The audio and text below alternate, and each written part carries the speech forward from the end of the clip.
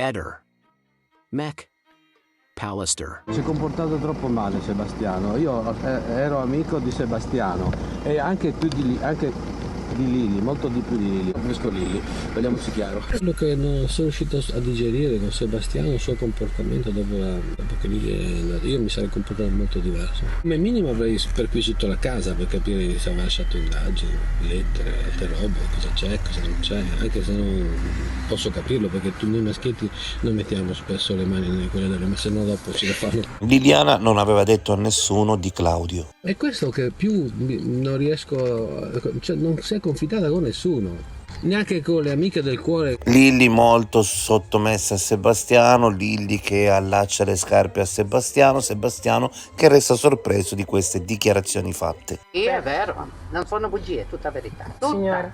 Potrei morire senza vedere i miei figli, non racconto una bugia, ma neanche se mi ammazzano, no. Quindi Liliana era caratterialmente debole. Probabilmente sì, o probabilmente aveva paura. Io non l'ho mai visto violento Sebastiano, tanti anni che lo conosco, onestamente è una persona, può essere un po' approfittatore, che approfitta un po' così. Ma Liliana era già più propensa così a stabilire.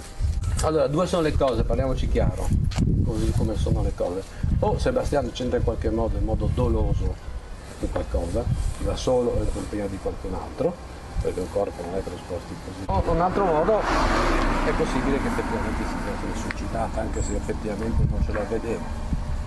Però la natura umana è molto complessa. Sebastiano è strano, se anche se l'avesse lasciato un foglietto lì in casa, Sebastiano l'ha trovato, in qualche modo riconduceva a una responsabilità non diretta, ma a lui, oppure lo metteva in cattiva luce, probabilmente questo foglio non esiste più.